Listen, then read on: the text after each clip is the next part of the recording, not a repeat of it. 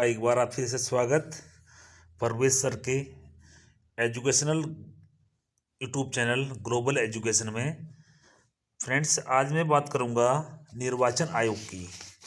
निर्वाचन आयोग से संबंधित जो आपके पेपर में जो क्वेश्चन आते हैं उनसे जो मुख्य पॉइंटों में मैं इसमें बात करने जाऊंगा। देखिएगा, जो निर्वाचन आयोग है इसका गठन कौन करता है? निर्वाचन आयोग का गठन राष्ट्रपति करता है। देख लीजिएगा, बहुत ही इंपॉर्टेंट क्वेश्चन है कि निर्वाचन आयोग जो है इसका गठन कौन करता है। इसका गठन राष्ट्रपति करता है। देख लीजिएगा। इसके बाद अब देखिएगा, जो मुख्य चुनाव आयुक्त होते हैं या अन्य चुनाव आयुक्त जो होते हैं उनकी नियुक्ति राष्ट्रपति ही करता है। फिर से सुन लीजिए, जो मुख्य चुनाव आयुक्त होगा और जो अन्य चुनाव आयुक्त होंगे उन सब की जो नियुक्ति होगी वह हमारा राष्ट्रपति करता है। फिर नेक्स्ट क्वेश्चन देख लीजिएगा, निर्वाचन की जो यह व्यवस्था है, जो भारत में ये निर्वाचन की व्यवस्था है, यह ब्रिटेन से ली गई है। कहाँ से ली गई है? ब्रिटेन। ये सब ब्रिटेन से ली गई है। और नेक्स्ट क्वेश्चन आपका, निर्वाचन आयोग का चेयरमैन कौन होता है? निर्वाचन आयोग का चेयरमैन कौन होता है? मुख्य निर्वाचन आयुक्त। मुख्य निर्वाचन आयुक्त इसका क्या होता है? चेयरमैन होता है। अब बढ़ते हैं अगले क्वेश्चन की ओर। देखिएगा अगला क्वेश्चन है आपका, भारत के प्रथम मुख्य चुनाव आयुक्त थे कौन? सुकुमार सेन।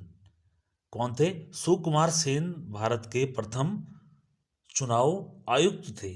सुकुमार सेन। देखिए, परीक्षा की दृष्टि से ये भी इंपॉर्टेंट क्वेश्चन है। अब मैं बात करूंगा, प्रथम चुनाव सार्वजनिक मताधिकार के आधार पर कब हुआ? जो मताधिकार के आधार पर प्रथम चुनाव कब हुआ? यह है 1952 में प्रथम चुनाव सार्वजनिक मताधिकार के आधार पर हुआ। फिर बात करूंगा नेक्स्ट क्वेश्चन की कि भारत में महिलाओं को वोट देने का अधिकार कब प्राप्त हुआ? इंपॉर्टेंट क्वेश्चन है। भारत में महिलाओं को वोट देने का अधिकार कब प्राप्त हुआ?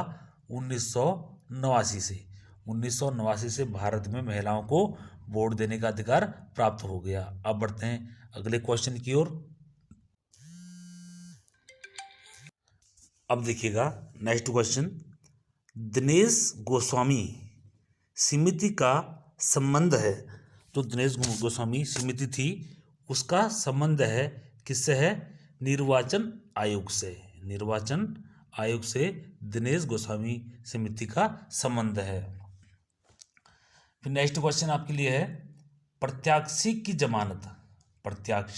की जमानत राशि कब जब्त की जाती है?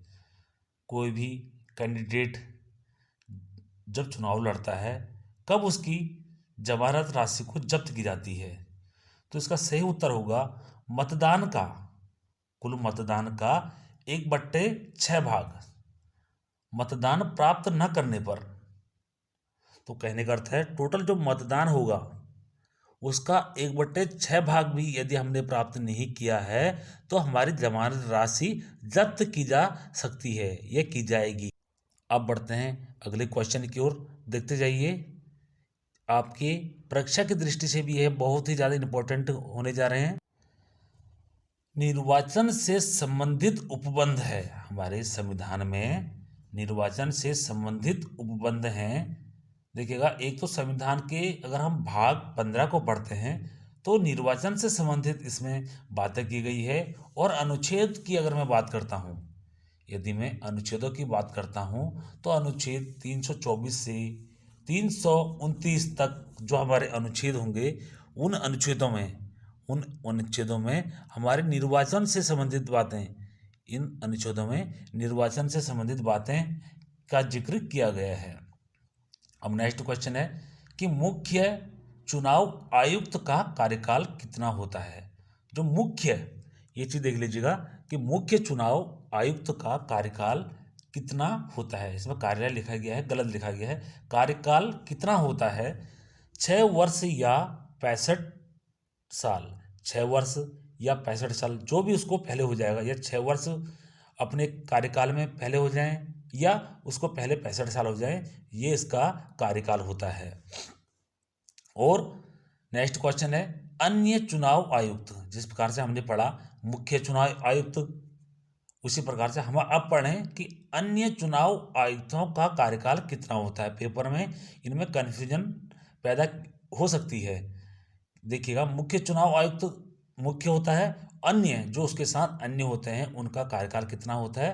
6 वर्ष या 62 साल। उनको उसको पहले 6 वर्ष कंप्लीट हो जाएं या पहले 62 वर्ष कंप्लीट हो जाएं, जो भी पहले होगा वो अपने पद से मुक्त हो जाएगा। अब मैं बात करता हूँ नेक्स्ट क्वेश्चन की।